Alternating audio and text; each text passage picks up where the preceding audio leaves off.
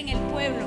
Y cuando el pueblo tiene hambre, Dios se deleita en darle. Dios da al sediento, alimenta al hambriento, y su presencia en nosotros es real, mis amadas. ¿Ya? En esta noche Dios puso en mi corazón hablar un poquito. No he puesto el título de la iglesia, el título del tema. Sobre esta roca edificaré mi iglesia. Sabemos que la roca es un material duro, no se destruye fácilmente. Es la base principal, es el con el que se construyen los cimientos de cualquier edificación para que soporte, porque si usted hace una barda, un muro, algo sin cimientos, sin piedra, se va a partir y se va a terminar cayendo. Entonces vamos a ver un poquito aquí. En el reino de Dios, mis amados, no hay posiciones, hay funciones para que nadie se gloríe. Posiciones, hermano, ¿por qué? Porque si usted tiene un título de liderazgo, es verdad que el Espíritu llama y da ministerio, ¿ya? Pero las funciones es lo que cuenta. ¿Por qué? Porque si empezamos a darle importancia a la posición, nos vamos a creer lo que no somos, ¿ya? Hay pastores, profetas, apóstoles, maestros. Cada uno tiene un llamado para que funja en ese llamado, no para enseñorearse, que yo soy el megapóstol, yo soy el profeta, honra lo que Dios honra. Yo he escuchado de todo, hermano, ¿ya? Que si a algún pastor se le dijo su nombre, se ofenden. Honre lo que Dios honra. Pastor, por favor. Lo he escuchado, hermano, ni siquiera después me invento, lo he escuchado. Y peor, el apóstol. Entonces, mis amados, si usted está envanecido porque Dios le dio algo, usted está mal. Usted tiene una función que cumplir en el reino. Ahora, su llamado puede ser para las naciones, para su ciudad, para su familia, para la iglesia. O sea, usted tiene diferentes funciones según el llamado que Dios le hace. Y aquí vamos a conocer a alguien que Dios escogió. Vamos a hablar del apóstol Pedro. Su nombre significa el que ha escuchado a Dios, ¿ya? Él era originario de Betsaida. Creo que me gustaría esto un poquito más acá, por favor, pastor. Me estorba para moverme. Acá póngalo. Gracias. Sí. Entonces, bien, ahí nomás. Era originario de Betsaida, ¿ya? Pero vivía en Capernaum y era pescador en el mar de Galilea. Hijo de Jonás, hermano de Andrés. Andrés seguía a Juan el Bautista.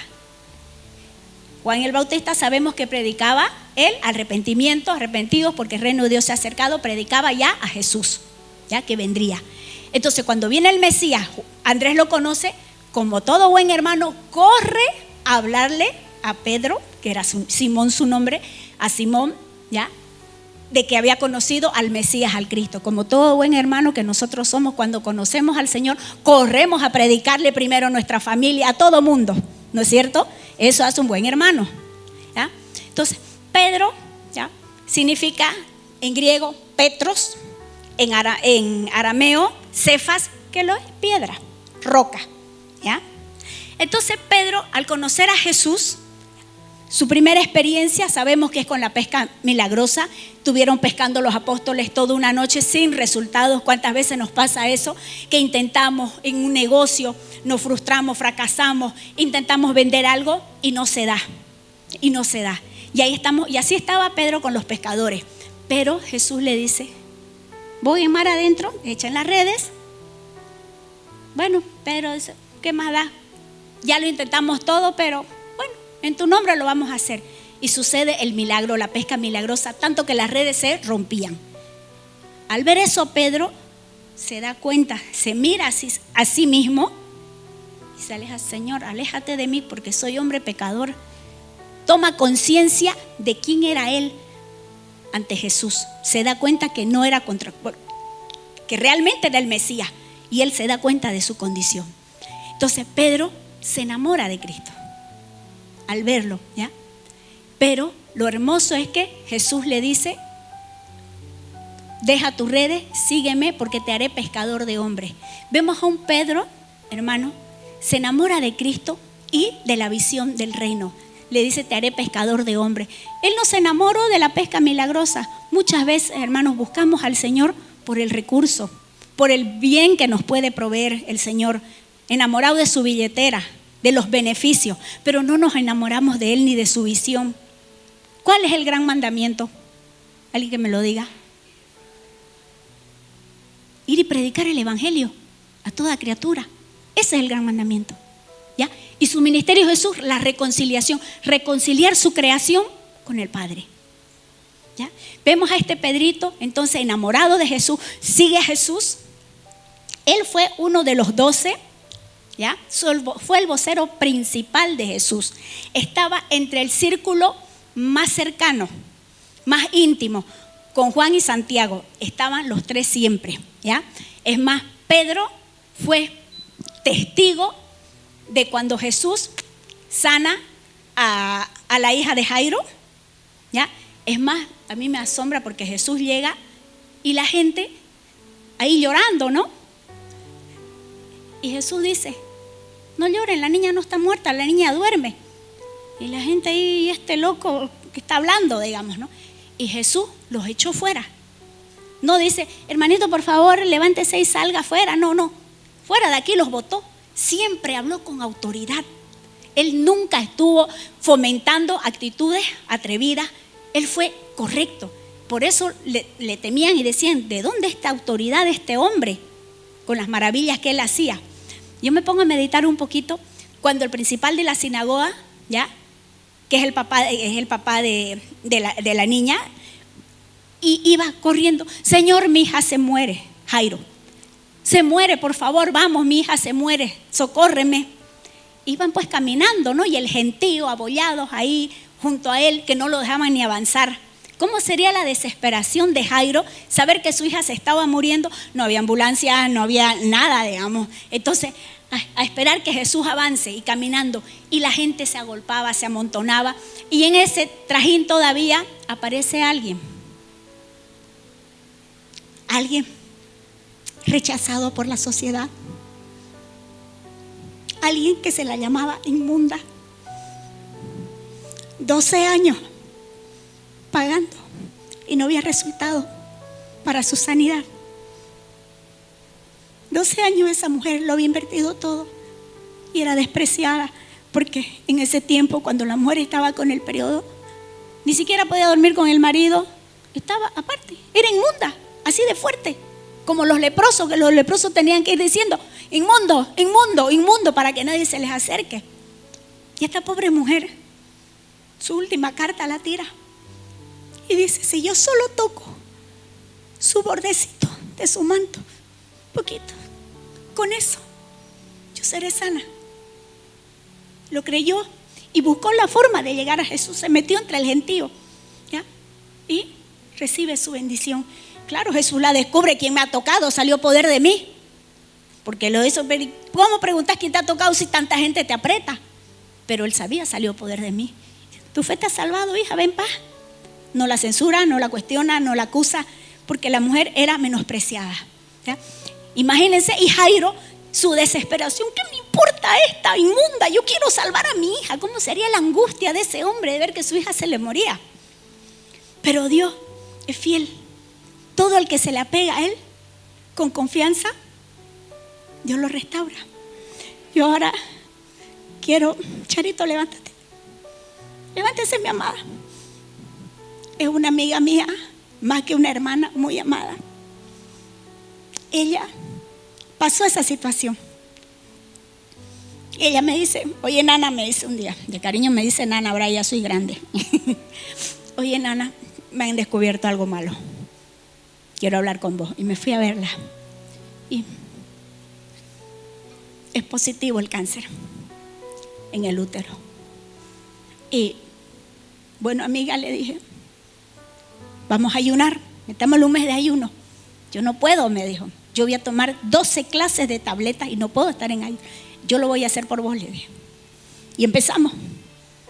Y le digo, Charito, ¿crees que Dios lo puede hacer? Lo creo, me dijo.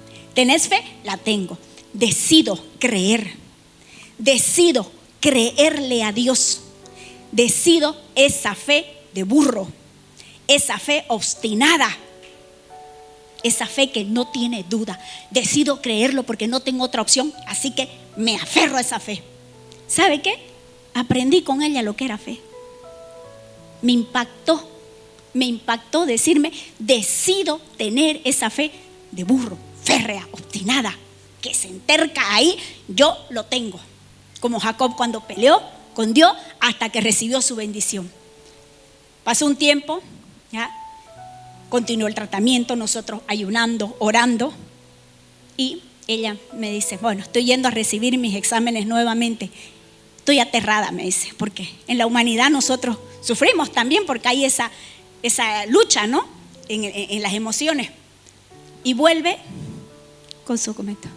No había resto del cáncer, había desaparecido totalmente. ¿Ah? Entonces, hermano, gloria a Dios porque esa fe, y ahí no termina. Sucede que en su familia había habido como una maldición generacional. El papá tuvo cáncer, ella, pero Dios sana a ella. Y de pronto me llama y me dice, Dios habla en sueños, siempre se los digo, ¿ya? No todos los sueños son de Dios, pero sí también habla. Tuve un sueño, me dice, que yo le daba de amamantar a mi hija y salían alacranes. Uy, digo yo, o sea, me sorprendió porque era un sueño. Pon la hija con cáncer de seno. Entonces, golpe duro otra vez. Pero ya ella había pasado el camino, ya sabía la trayectoria, ya Dios había incubado en ella su fe. Entonces, ella fue ese pilar para su hija. La chica pasó un cuadro terrible, quimios, calva, extirpación de los senos. Fue un proceso doloroso, momentos en que ya la niña no podía más. Y yo le decía, Dios no ha dicho que te vas a morir. Si Dios dice, pero Dios no ha dicho que te vas a morir. Siga adelante. Y la de aquí no es una persona de decirte, ay, pobrecito, no, te levantás vos, no estás para eso. Ella es así, ¿ya? Y le hablaba con autoridad a su hija y la levantó. Con metástasis esa niña y Dios la sanó del cáncer. Se rompió. O sea, hermano, es la fe, el creer. No hay duda cuando nosotros ponemos la mirada en el Señor. Entonces vamos a seguir con nuestro Pedrito, ¿no? Y estábamos con que la mujer del flujo de sangre, Dios la había sanado, ¿ya? Pedro, como les dije, fue uno de los más íntimos con Jesús. Fue el vocero de los 12. Es más, había tanta intimidad con Jesús que Jesús también le dice, Pedro, Satanás los ha pedido para zarandearlo. Y el otro día escuchamos una prédica de Javier, ¿no? De la zaranda, lo que es apalear el trigo, lo fuerte que es eso. O sea, había intimidad con Pedro, tenían armonía, tenían amistad. Pero Pedro era un hombre, a pesar que era del vulgo, pero era fuerte, él pescador, ¿ya? Y era impulsivo, un I-neto, creo que un ID era él, ¿saben, no? Lo que han venido a escuchar los seminarios de María del Carmen. Y cuando vienen a arrestar a Jesús para llevárselo, ya en el Getsemaní, ¿qué hace Pedrito? Saca su espada, chao la oreja a Malcolm. Y Jesús le agarra la oreja y se la vuelve a colocar. Y lo reprende a Pedro. ¿Tú crees? Le dice, que yo no hubiera podido pedir a mi Padre y me hubiese mandado 12 legiones de ángeles para defenderme. ¿Saben? 12 legiones, hermano. Una legión es de 2.000 a 6.000 soldados romanos en ese tiempo. Entonces imagínense, si eran 6.000 por 12, son 72.000. Si eran por 2, 24.000. Entonces, entre 24.000 y 72.000 ángeles, Dios lo hubiera mandado. Y ¿saben qué, hermano? La importancia del ministerio de los ángeles. Nosotros oramos, pero nunca pedimos que los ángeles vayan y trabajen. Son entes espirituales enviados para ayudar a los que son herederos de salvación. Yo todos los días estoy pidiendo, Señor, manda tus ángeles por aquí. Yo pido ángeles, los mando para aquí, para allá, porque Dios me los entregó, pues. Yo le pido y veo resultados, hermano. Veo resultados cuando yo le digo, Señor, manda tu ángel por mí. Y lo hace, ¿ya? Hay una historia tremenda, ¿ya? para que hablemos, para que vean el poder de los ángeles. En el tiempo de Ezequías, ¿ya?, se levantó un rey llamado Sennacherib. Se levantó contra el pueblo de Judá. En ese tiempo era Ezequías el rey. Y le manda una carta, ¿ya?, con el Rabsaces, era un tipo, ya un general de su ejército, a intimidarlo, a decirle, dice el rey de Asiria que ese báculo donde tú te apoyas, tu Dios, ya lo puso al nivel de los de Egipto. Es como el rey de Egipto, que es como un báculo, como una caña cascada, que el que se apoye se va a perforar la mano, como que se la pone aquí y se atraviesa, se va a romper de nada. ¿Vos crees que tu Dios te va a defender? Yo he vencido a muchas naciones, nadie puede contra mí. El tipo estaba ensoberbecido hasta lo sumo, engrandecido. Manda la carta a intimidar a Ezequías y al pueblo. ¿Y qué hace Ezequías? Se presenta ante la casa del Señor con su carta y le dice: Señor, mira, día de blasfemia y de dolor, porque blasfemaron contra Dios. Entonces Dios manda al profeta Isaías y le dice: dile a Ezequías, la hija de Sión te menosprecia. Ya, Sión, Israel, Jesús mismo, ¿ya? La hija de Sión te menosprecia. Yo ampararé esta ciudad por amor de mi nombre. No penetrará en ella, no traerá saeta sobre ella, no habrá muerte. Yo pondré un garfio en su nariz, así como el pescado, ¿no ves? Cuando pescan enganchado, lo engancharé de su nariz con un garfio y lo volveré a su casa por donde vino. Esa noche, ¿ya?, el ángel de Jehová, Dios mandó un ángel y mató 185,000 personas en una noche. Un solo ángel. Imagínense 72,000, 24,000. Con un ángel que tengas ahí sirviéndote, está seguro, hermano. Me decían mis vecinos, me acuerdo cuando mis hijos estaban chicos, todos los ángeles de nuestros vecinos se van a la casa de Babi porque eran tremendos. Con esa palabra, hermano, a mí la palabra, cuando yo las historias de la Biblia, yo las apropio, yo me las adueño, yo hago de cuenta que yo estoy ahí. Y cuando me suceden cosas, entonces yo uso la palabra a mi favor. Ustedes me han escuchado, siempre oro con la palabra. Y no por mandarme la parte y demostrar que sé la palabra, no. ¿Sabes por qué, hermano? La palabra es viva y eficaz, ¿no es cierto? La palabra es lumbrera a nuestros caminos, ¿ya? La palabra, el verbo de vida. ¿Quién es el verbo de vida? Jesús. En el principio era el verbo, era con Dios, y el verbo era Dios. Antes de manifestarse en carne, Jesús era el verbo y viene como humano a nosotros. Ese verbo, hermano, esa palabra es creadora. Cuando usted declara la palabra, usted está desatando su bendición, usted está estableciendo. Así como cuando usted maldice a alguien, a un hijo, que esté flojo, este cochino, esto, usted está impartiendo identidad y destino, maldiciendo a esa persona. Entonces use su palabra, use la palabra de Dios para bendecir, va a tener resultados. Por eso oro con la palabra. Porque la palabra, otra de las cosas, la fe viene por el oír, dice, ¿no? El oír la palabra de Dios. Entonces, ¿qué sucede cuando yo oro la palabra? La escucho, la creo, causa un efecto en mí, viene fe en mí. Y obviamente la palabra es creativa y crea la situación, las arregla. Vienen las bendiciones. Entonces, la importancia, hermana, que declares la palabra. Está bien tus oraciones, en tus emociones, cuando estás dolido. Pero, hermano, aprende, la fe va a venir por oír esta palabra. ¿Ya? Declararla. Recuerdo brevemente, tiempo atrás yo había leído esta historia, ¿no? De que Ezequías presentó las cartas al Señor y a mí en la casa, cuando ya una vez le conté que me deshice de toda la mercancía que vendíamos, que era brujería, ¿ya? Nos deshicimos, yo me deshice de todo y el papá de mis hijos se engoriló conmigo, pero ¿de qué vamos a vivir? Y por último se mandó a cambiar y nos abandonó. Y ahí yo con mi zampoña de muchacho, ¿qué hago?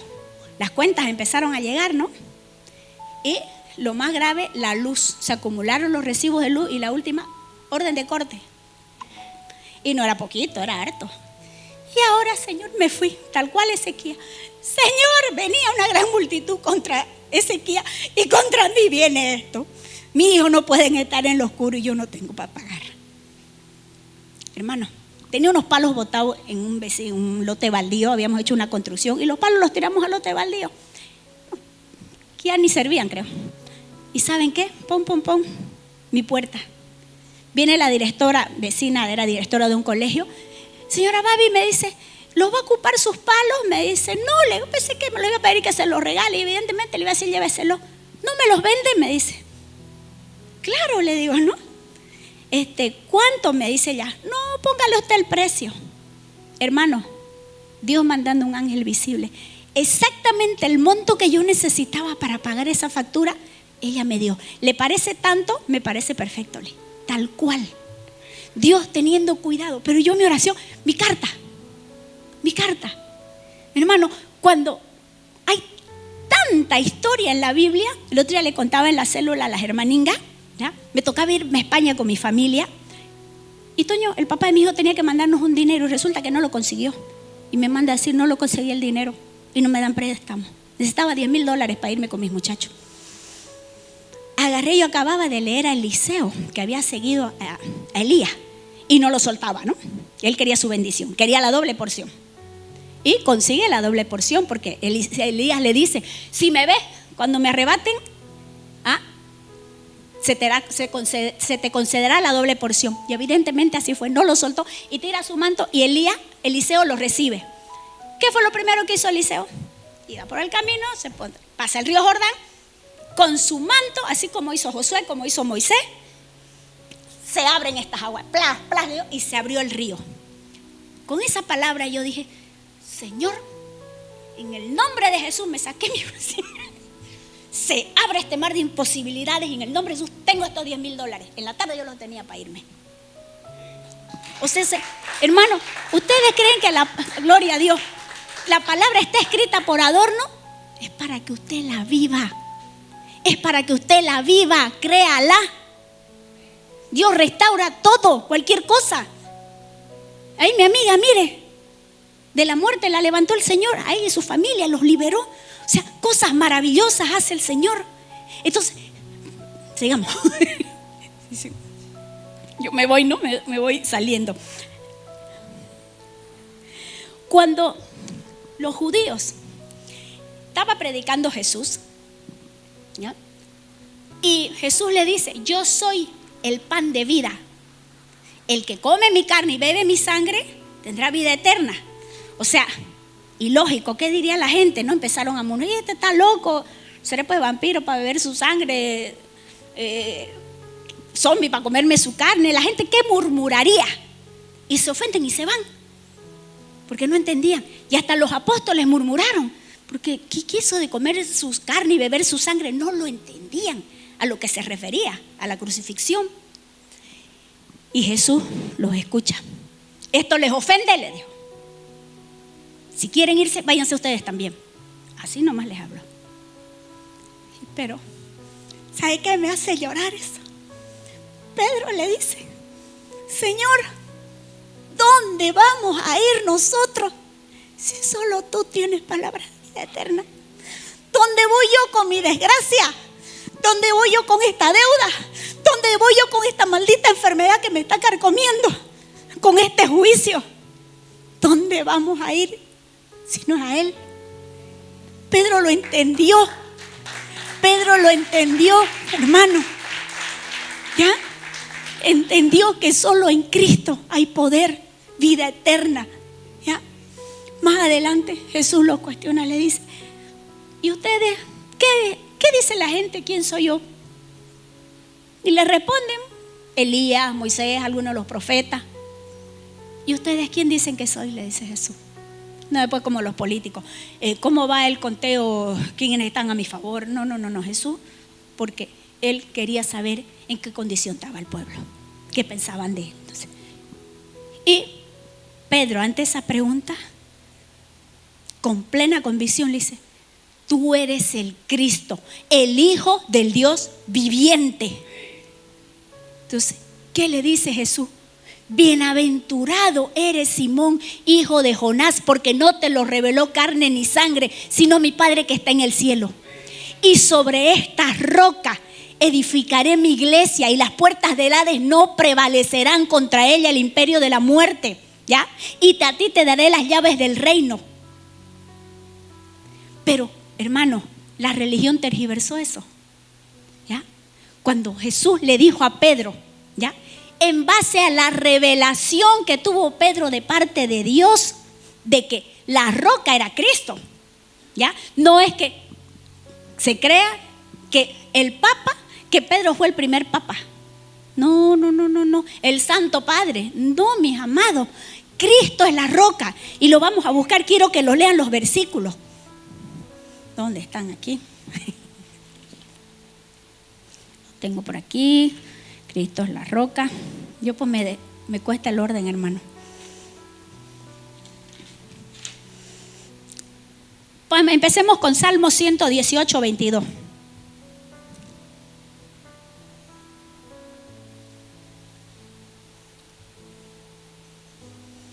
La piedra que desecharon los edificadores ha venido a ser cabeza de ángulo. Vamos a leer Primera de Pedro 2, 6, 7, 8. Primera de Pedro, ahorita les voy a explicar, ¿ya?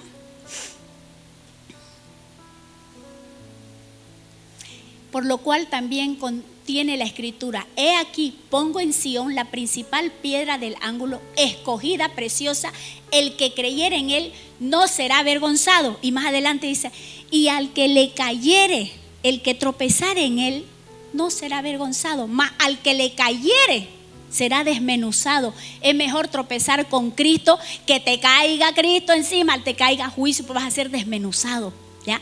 Ahora, ¿por qué dice que la piedra principal desechada por los edificadores ha venido a ser la cabeza de ángulo? Porque como les dije al principio, la piedra es el sostenimiento de una construcción. Jesús es la roca donde nosotros tenemos que edificar nuestras vidas. Y la desecharon y pusieron a un hombre como el Papa. Y ahí fundaron la iglesia de manera errónea, fundada cuando Cristo no fundó su iglesia en un hombre, fue en la revelación en Él mismo.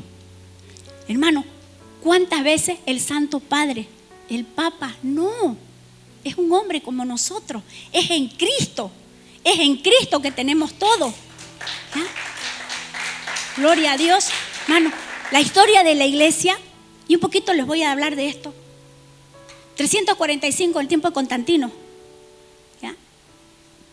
La iglesia crecía y Constantino vio con buenos ojos que la iglesia crecía en número, en masa, en recursos. Y interesante esto, dijo. Los sacerdotes se casaban, hermano, en ese tiempo, ¿ya? Entonces Constantino invita a la iglesia a participar del gobierno, ¿ya? Y ahí la iglesia se prostituye. No es que digo que no, los cristianos no debemos ser políticos, todo lo contrario, por ausencia de políticos cristianos que estamos como estamos, porque no hay principios. Entonces invita a la iglesia y se fusiona. Como el sacerdote cuando moría, ¿quién hereda? Pues la esposa, los hijos. Entonces, claro, ¿qué hicieron? Impusieron el celibato para que cuando muera el sacerdote no haya viuda ni hijos que hereden. Y todo ese patrimonio para el gobierno. Y era una mezcolanza y la iglesia comienza a prostituirse, a hacer barbaridades. Ya no era, ya estaba corrompida. Pasan más de 1000 años, más o menos del siglo XV, 1500, 1400 algo, aparece alguien, un monje de la secta de los agustinos llamado Martín Lutero. Este muchachito nació en Alemania, hijo de una familia pobre. Su padre fundía cobre y eran sumamente austeros con él, lo ultrajaban, lo maltrataban, le pegaban. Entonces, y el chico huye de casa a los 14 años por el maltrato, pero pasa el tiempo, vuelve y su padre lo meten a estudiar, salió, hizo arte, era músico, su papá quería que sea abogado, entonces lo manda a la universidad. Y en un momento de que él fue a visitar a los papás y volvió a la universidad, lo agarra en pleno campo una tormenta terrible, al punto que él pensó que iba a morir. Y ahí hace un pacto con Dios, le dice: Señor, si me salvas de esto, yo te voy a servir. Y se va, deja los estudios y se va ahí al, no es convento, pues como se llama, donde van los monjes, al seminario, bueno, ahí, ya. Pero la doctrina estaba errada. Él creía, como dice, ¿no?, que hay que matar las obras de la carne. Claro, él en su humanidad, en su naturaleza, tenía también sentimientos pecaminosos. Entonces él creía que azotándose, ultrajándose, el hombre vivía azotándose. En Europa, hermano, es fríísimo. Yo he vivido allá, vos no dormís sin calefacción, te congelás. Y él, allá, en pleno frío, desnudo, se echaban en el piso. El tipo se autoflagelaba y hasta rabia tenía con Dios porque él creía que nunca iba a satisfacer a Dios, que era un Dios que le demandaba demasiado. Claro, ya tenía el trauma de los padres ultrajadores, que nunca les dio a los padres gusto, como se dice. Entonces los padres demandan, y él tenía una idea distorsionada de Dios. Cuando nosotros hemos tenido padres que no se ocuparon de nosotros, hemos tenido una mala experiencia, tenemos una idea distorsionada del amor de Dios. Dios es padre, Dios es protector, es proveedor, es sanador. Dios es todo. Él sabe, Él tiene paternidad responsable, es amigo, es hermano, es consuelo, es todo. Pero cuando hemos tenido una mala relación con nuestros padres, entonces creemos que Dios, él pensaba que tenía que azotarse como lo ultrajaban de niño. Entonces él tenía esa idea de Dios y hasta rabia le dio. Entonces todos los monjes ahí, al ver lo que él era extremista, ¿ya? Pero se iba al extremo él con sus azotes porque era al 100%, ¿ya? Era intenso. Entonces al ver eso, antes que se muera, deciden mandarlo a una universidad, a otro pueblo, para que enseñe teología, religión, ¿ya? Y lo ponen de catedrático. Y ahí se abre la verdad. Empieza Martín Lutero a estudiar la palabra. Yo creo que leyó pues Romanos 3, 23, 24. Póngalo para que sepamos, póngalo. Porque el libro de Romanos habla de la fe. La salvación es por fe, todo el libro de Romanos. Léalo, póngalo. Por cuanto todos pecaron y están destituidos de la gloria de Dios. Siga. Siendo justificados gratuitamente por su gracia mediante la redención que es en Cristo Jesús. ¿Cómo somos justificados? Gratuitamente. No era azotándose, no era ultrajándose, era por gracia. Descubre este hombre la verdad. Evidentemente hay una perestroika en su vida, un cambio abismal. Todo su mundo se revoluciona porque entiende que él no tenía que hacer ningún sacrificio. ¿Ya? Usted no necesita ir a Cotoca a pie, a Urcupiña a sacar piedras. No, no hay sacrificio, hermano. ¿Ya? Los ayunos los hacemos voluntarios para que esta carne muera, es verdad. ¿Ya? Es parte. Pero nosotros no tenemos, el sacrificio ya fue hecho por Cristo. Entonces cuando Martín Lutero entiende eso, ¿ya? Agarra, hace 95 tesis refutando toda la picardía de la iglesia, porque vendían indulgencias, ¿ya? Entonces, en ese tiempo se muere el Papa y entra un Papa, León X, que ese fue un bárbaro. Era un degenerado, pervertido, ¿ya? En sus fiestas que hacía, traía niños en las tortas desnudos. ¿Y para qué creen? Porque los traía. A ese nivel la perversión. Se fundió en 2 años todo el dinero que había de las arcas papales, porque se tiraba las francanchelas, como decimos, fiestones, se fundió todo. Para recuperar ese dinero, ¿qué hizo? Aumentó las indulgencias. Esta vez, ya, con diferentes precios. Si era personal, pagaban un monto. ¿A qué punto la mentira y el engaño, hermano? ¿Ya? Que las indulgencias, a mayor costo, usted pagaba más, podía sacar a sus seres amados muertos del purgatorio. Que en el purgatorio, ahí van las pulgas, digo yo, el purgatorio, ¿ya? ¿Sabe? El purgatorio, según podía estar la gente hasta 1000 años antes de purificarse e ir al cielo.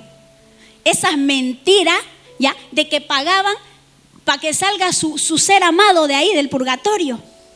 O sea, tan pernicioso era este asunto, hermano. Fíjense cómo atentaba contra la salvación.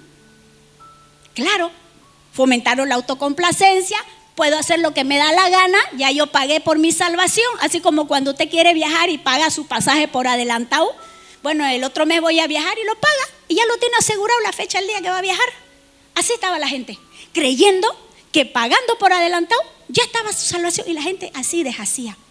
Cuando Exacto, cuando Martín Lutero ve eso, se da cuenta que la humanidad se estaba yendo al mismo infierno, perdiéndose definitivamente, por un engaño, por unos codiciosos ahí mentirosos. Entonces hace sus 95 test y no solamente sino que las clava en la puerta del templo, el castillo de la iglesia, las clava ahí para que las vean. No, pues imagínense, en ese tiempo la iglesia corrompida era todo un imperio, y una sola persona que se levante contra todo un imperio, o sea, la que se le vino también, ¿no?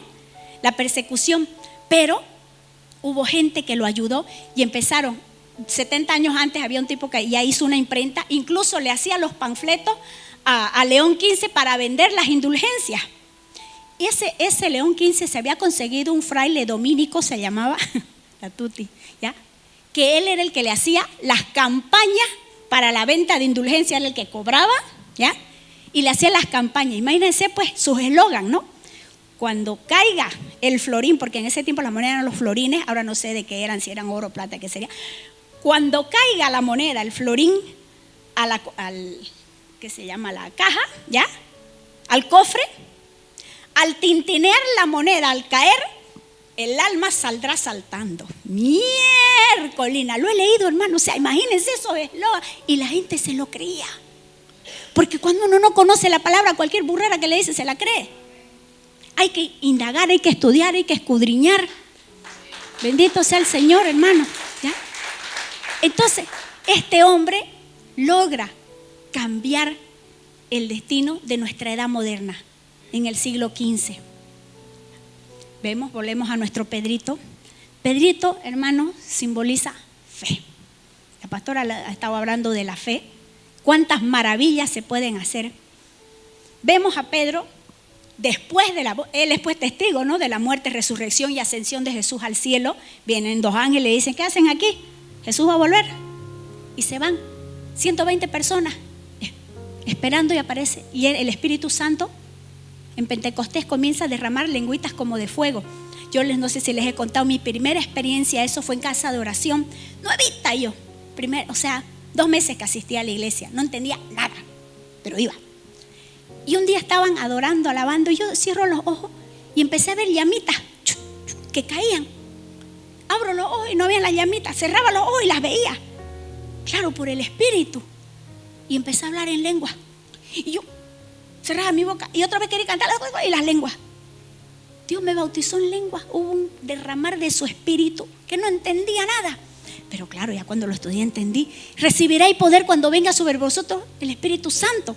Entonces vemos a un Pedro después de la venida del Espíritu Santo, lleno del poder, lleno del fuego de Dios, y empezaron a hablar en nuevas lenguas. Y habían pues gente desde Asia, África, habían del Ponto, Cirene, un montón de pueblos ahí. Y los escucharon hablar en otras lenguas y esto tan borracho, todo tan loco, ¿qué les pasó? Digamos, claro, empezaron a cuestionar qué es ese loquerío ahí. Pero Pedro, lleno del Espíritu Santo, dice, no, varones hermanos, esto es lo que profetizó el profeta Joel en 2:28. Si quiere póngalo, dice, ¿no? En los postreros tiempos derramaré de mi espíritu sobre toda carne. Vuestros hijos e hijas profetizarán, vuestros ancianos tendrán sueños, prodigios, milagros en el cielo, en la tierra. Mírenlo, ahí está. Habla Pedro de que eso era lo que iba a acontecer.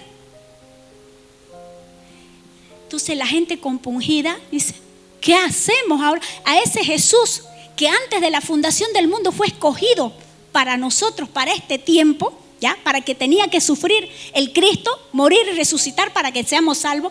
Ese Cristo al que han matado es el que ha ocasionado esto. Entonces la gente arrepentida le dice, ¿qué hacemos, Pedro? Arrepiéntanse como predicó Juan y recibirán la salvación. Ese día 3,000 personas aproximadamente se recibió al Señor y se bautizó. Tremendo, en una sola prédica llena de la presencia de Dios. Y comienzan los milagros. Su primer milagro, sale Pedro con Juan y llegan al templo dígale el nombre usted, el cojo que sana en la entrada. Pero ¿cómo se va a olvidar si usted ha fundado esa congregación, pastor? El templo, la hermosa, ya sana ese cojo, ya resucita a Dorcas, una mujer que abundaba en obra. ¿Dónde está Marlenita? ¿No vino? Yo creo que a Marlenita deberíamos decirle Dorcas, esa mujer que abunda en obra. Miércolina que ella, algo pasa con él, ella es la primera en estar visitando, sirviendo. O sea, hay gente así linda, ¿ya? Resucita a Dorcas. Después confronta a Simón, un mago que había, que mentía, que tenía el poder de Dios y hacía milagros, era un brujo, pues, ¿ya? Y él vivía en Samaria. Mandan a Felipe a Samaria a predicar el evangelio y el tipo cree también, y maravillado de los milagros que hacían. Entonces, pero no habían recibido el Espíritu Santo aún. Entonces lo mandan después a Pedro y a Juan, ya, a ayudar. Y cuando llega Pedro, Simón mismo cree y ve que como ponían las manos, por la imposición de manos se recibía el Espíritu Santo. Él también quería ese poder, pero su poder era para... ¿Ya? Entonces Pedro le dice, perverso, estás en cárcel de maldad. Lo expone. Entonces, cosas maravillosas Dios comienza a hacer. Sabemos que la sombra de Pedro sanaba enfermos. O sea, hay milagros extraordinarios. ¿Ya? Pedro, en el año 42, 44, el rey Agripa lo mete preso por predicar el evangelio. Pero la iglesia oraba, como oramos aquí. Y Dios haciendo milagros, Dios sanando gente, Dios restaurando vidas. Hermano, ¿no te das cuenta el poder que tenés en Dios? ¿No te das cuenta cuánto poder hay en tu vida? Cristo, dice siempre el versículo que Arturito lo da, Cristo en nosotros, esperanza de gloria. ¿Por qué? El que está aquí dentro es el poderoso para cambiar las circunstancias. Ese es, ¿ya? La iglesia oraba y Dios manda a su ángel y lo saca de preso a Pedro de la cárcel. Al otro día el alboroto, porque nadie sabe cómo lo sacaron a Pedro, y el rey los manda a matar a los pobres guardias todavía. Entonces Dios hace maravillas, hermano, cuando la iglesia ora, ¿ya? Años 64, 67 ya Pedro escribe las cartas, ¿ya? Primera y segunda de Pedro la manda a Asia, donde la gente recibía persecución. En Roma también estaba ese maniático loco de Nerón gobernando.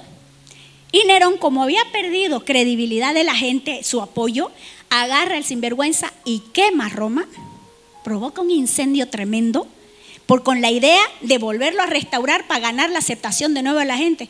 Si algún parecido con lo que pasa aquí, mera coincidencia. Nos han prendido fuego al país, a la ciudad, ¿no es cierto? Ese Nerón hizo exactamente lo mismo, prendió fuego. ¿Y saben qué? Como la gente no le creyó, culpó a los cristianos. Los acusó a los cristianos, ¿ya?, de haber sido ellos los que quemaron. Y persiguieron a los cristianos, mataron a los cristianos. Hermano, Pedro mismo, dice la historia, que Nerón lo mató. Aunque fue crucificado, él dijo, no quiero morir como mi Señor, no soy digno de morir como Él, crucifíquenme cabeza abajo.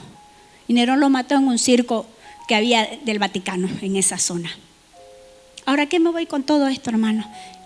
Hablo de la fe, la roca, Cristo, y las oraciones. Y ahorita que está mi hijo, tengo una fotingo ahí, póngamela, del mar.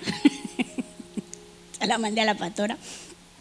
Hace poco fue el huracán Milton y allá está sentado mi muchacho con su novia. Fue el huracán Milton en Estados Unidos, porque lo vi, me acuerdo, ¿no? Me aterré, hermanos, me vino esa angustia cuando dicen que era nivel 5 y que podía causar desastre y medio.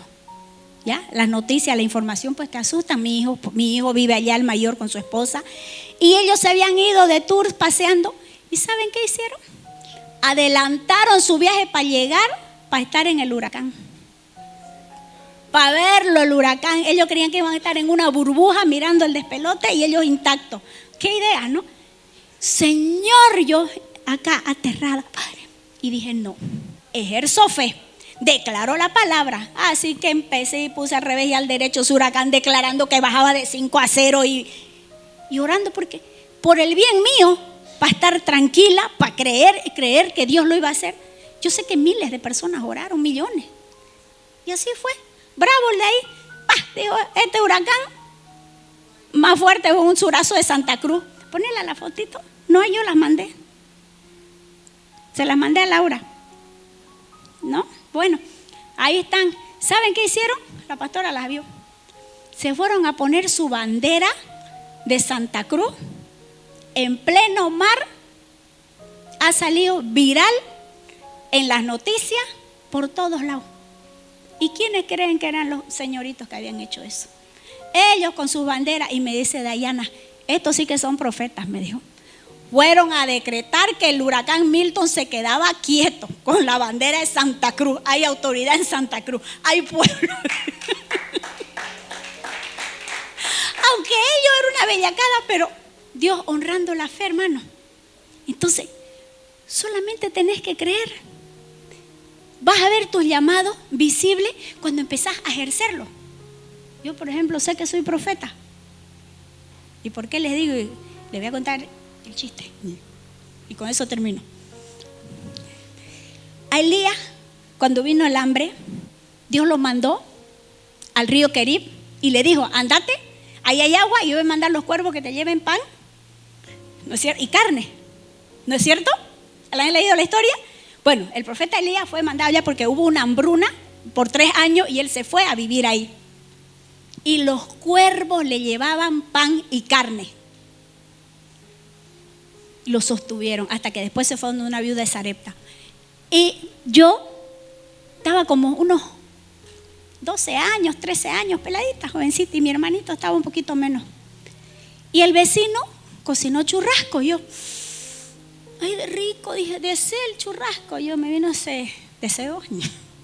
Cuando plum, salta mi gato por la barda, así el pedazango de carne, venía el gato, saltó el gato al lavandero y le salté yo al gato. Se le quité la carne y mi hermano escandalizado, se la comió la carne, se la comió la carne, se la comió.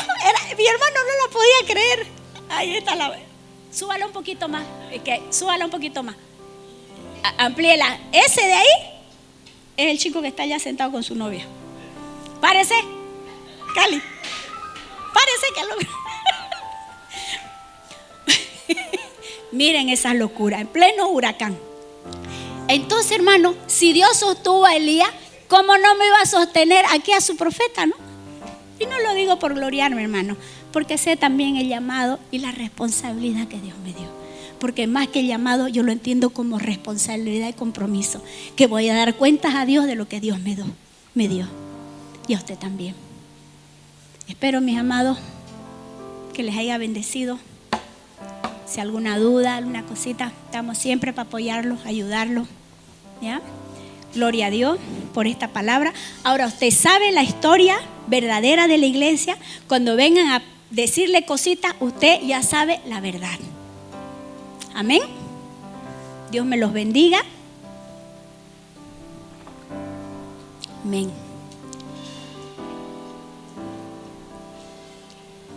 Padre de la gloria, te doy gracias, Señor, por una noche más que usted nos regaló. Gracias porque su palabra ha sido lanzada, Señor. Gracias porque, como dijo Samuel, ninguna de sus palabras cayeron por tierra. Todas dieron propósito. Así cada palabra que se lanza desde este púlpito, Señor, a través de tus hijos, tus siervos, también hallen cabida en el corazón de mis hermanos. Bendigo esta casa. Te doy gracias por el despertar que usted está trayendo a su pueblo, de buscarlo cada día más, de renunciar a esa vieja naturaleza, de creerle, Señor, a su palabra, porque su palabra se cumple, Señor. Cielo y tierra pasará, mas su palabra no pasará, permanecerá y cumplirá el propósito para el cual fue lanzada. Te doy gracias, mi Rey, en el nombre poderoso de Jesús. Amén.